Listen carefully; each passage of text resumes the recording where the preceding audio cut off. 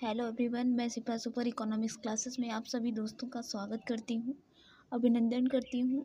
I hope आप सभी अच्छे होंगे, स्वस्थ होंगे, मस्त होंगे। आज मैं बताऊँगी यूजीसी की फर्स्ट यूनिट व्यष्टि अर्थशास्त्र। व्यष्टि अर्थशास्त्र में हम जानेंगे उपभोक्ता व्यवहार सिद्धांत क्या है, उपभोक्ता व्यवहार और सीमांत उपयोगिता, हाश नियम, उदासीनता वक्र, उपभोक्ता बचत, मांग का नियम, पूर्ति का नियम इत्यादि सब हम जानेंगे इस चैप्टर में।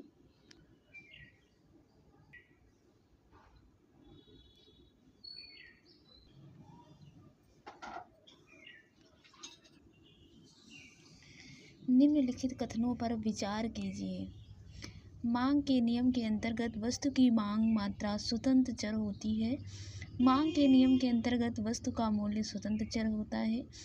वस्तु की कीमत एवं उसकी मांग के बीच विपरीत संबंध का अध्ययन किया जाता है। उपरोक्त कथनों में से कौन सा कथन सही होगा? ABCD 3 प्रकार के हैं, इसमें आपका जो आंसर होगा 1 2 3 फिर तीनों सही होंगे आंसर। ओके। मांग के नियम के अंतर्गत जो वस्तु की मांग होती है मात्रा, वो स्वतंत्र चर के अंतर्गत आती है। किसके अंतर्गत आती है? स्वतंत्र चर के अंतर्गत आती है। और वस्तु का जो मूल्य होता है वो भी स्वतंत्र चर के अंतर्गत आता है। बट वस्तु की कीमत और उसकी मांग के बीच जो संबंध होता है वो अपोजिट होता है। ओके। नेक्स्ट क्वेश्चन है आपका, वे वस्तुएं जिनकी मांग किसी अन्य वस्तु की कीमत बढ़ने पर कम हो जाती है, वे किस श्रेणी के अंतर्गत आती हैं? ऐसी वस्तुएं होती हैं जो अन्य वस्तुओं की कीमत बढ़ने पर कम हो जाती है मांग उसकी, वो पूरक वस्तुएं कहलाती हैं।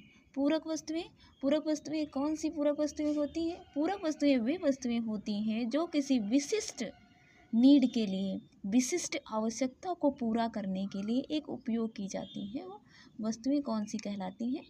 पूरक वस्तुएं कहलाती हैं। पूरक वस्तुओं की जो मांग होती है वो संयुक्त मांग होती है। पूरक वस्तुओं की मांग का जो वक्र होता है वो नीचे की ओर झुका हुआ होता है, नीचे की ओर झुका हुआ होता है।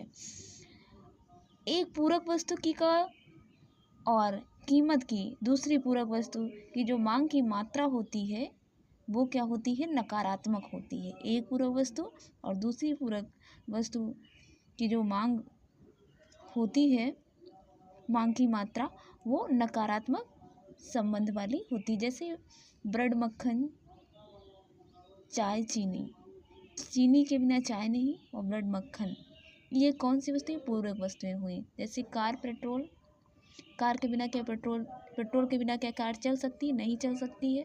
तो कार और पेट्रोल क्या है? एक दूसरे के पूरक हैं। इस प्रकार की जो वस्तुएं होती हैं उनको हम पूरक वस्तुएं कहते हैं। Okay guys. नेक्स्ट है आपका स्थानापन्न वस्तुएं। तो स्थानापन्न वस्तुएं कौन सी वस्तुएं होती हैं? स्थानापन्न वस्तुएं वे वस्तुएं होती हैं जो विशिष्ट आवश्यकता की पूर्ति के लिए एक स्थान दूसरे स्थान पर प्रयोग की जाते हैं। जैसे वो वस्तुएं होती हैं पेप्सी के जगह पे कोका यूज कर सकते हैं, चाय की जगह पे कॉफ़ी यूज कर सकते हैं। जो इस प्रकार की वस्तुएं होती हैं वो स्थानापन्न वस्तुएं कहलाती हैं। स्थानापन्न वस्तुएं का जो मांग होती है वो प्रतिस्पर्धी होती है और स्थानापन्न वस्तुएं की जो मांग वक्र होता है वो ऊपर की ओर झुका हुआ होता है। किस तरफ होता है? ऊपर की ओर झुका हुआ प्रदर्शित होता है। स्थानापन्न वस्तु की जो कीमत का होता है वो दूसरी स्थानापन्न वस्तु की मांग की मात्रा के साथ वो सकारात्मक संबंध होता है। पूरक वस्तु में क्या हमने बताया था? नकारात्मक संबंध होता है और जो स्थानापन्न वस्तुएं होती हैं इनका जो संबंध होता है वो पॉजिटिव होता है, सकारात्मक संबंध पाया जाता है। ओके। नेक्स्ट है आपका गिफिन वस्तुएं क्या हैं? वे वस्तुएं होती हैं गिफिन जिनकी कीमत बढ़ने पर मांग भी बढ़ जाती है, वो गिफिन वस्तुएं कहलाती हैं। गिफिन वस्तुएं आमतौर पर कम आय वाली गैर विलासितापूर्ण वस्तुएं होती हैं। गिफिन वस्तु में आय आमतौर पर जो गरीबी विकल्प में होते हैं और गिफिन वस्तुओं का जो मांग वक्र होता है ये ऊपर की ओर झुका हुआ होता है। ओके गाइस, ये इस प्रकार की जो वस्तुएं होती हैं वो गिफिन वस्तुएं के अंतर्गत आती हैं। नेक्स्ट है आपका हीन वस्तुएं। हीन वस्तुएं कौन सी वस्तुएं होती हैं आज हम जानेंगे।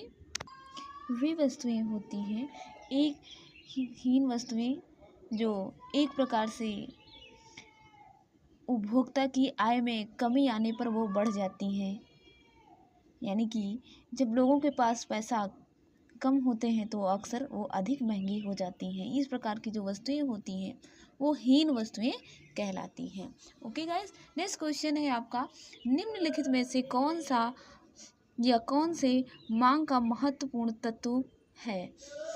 निश्चित कीमत, आवश्यकता अथवा प्रभावी मांग, इच्छा, निश्चित समयावधि, ये सभी।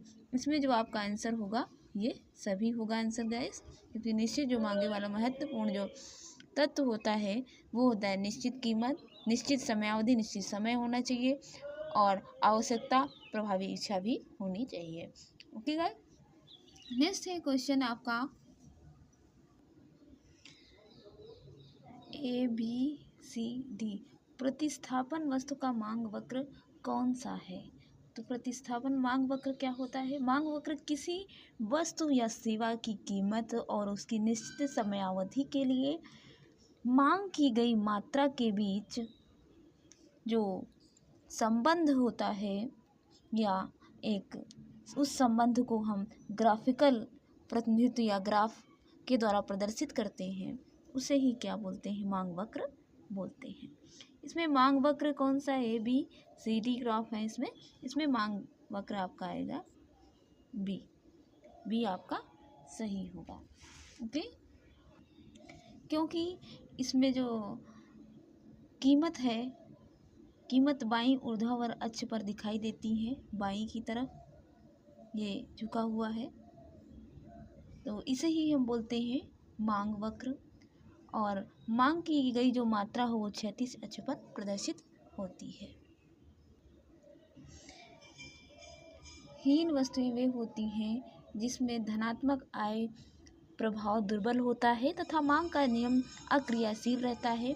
ऋणात्मक आय प्रभाव दुर्बल होता है तथा मांग का नियम अक्रियाशील रहता है। धनात्मक आय प्रभाव दुर्बल होता है तथा मांग का नियम क्रियाशील रहता है। ऋणात्मक आय प्रभाव दुर्बल होता है तथा मांग का नियम क्रियाशील रहता है। तो हीन वस्तुएं वे वस्तुएं होती हैं जो ऋणात्मक आय प्रभाव का दुर्बल होता है और मांग का नियम इस पे क्रियाशील होता है हीन वस्तुओं पे। ओके गाइस, नेक्स्ट क्वेश्चन है आपका, यदि कीमत उपभोग वक्र ऋणात्मक हो तो अर्थात नीचे दाएं और गिरता है तो वस्तु की मांग लोच इकाई से अधिक होगी या वस्तु की मांग लोच शून्य होगी, या वस्तु की मांग लोच इकाई से कम होगी, या वस्तु की मांग लोच इकाई के बराबर होगी। जो कीमत उपभोग वक्र ऋणात्मक होता है या नीचे दाएं और गिरता है तो जो वस्तु की मांग लोच होती है वो इकाई के बराबर होती है। इसका आंसर आपका डी होगा। ओके, किस दशा में आय प्रभाव तथा प्रतिस्थापन प्रभाव समान दिशा में कार्य करते हैं। अधिकांश वस्तुओं की दशा में, निम्न कोटि की वस्तुओं की दशा में, श्रेष्ठ कोटि की वस्तुओं की दशा में, या मात्र विलासितापूर्ण वस्तुओं की दशा में। इसका जो आंसर होगा आपका वो होगा श्रेष्ठ कोटि की जो वस्तुएं की दशा में होता है वो आय प्रभाव और प्रतिस्थापन प्रभाव ये सीमांत दिशा में कार्य करता है। ओके।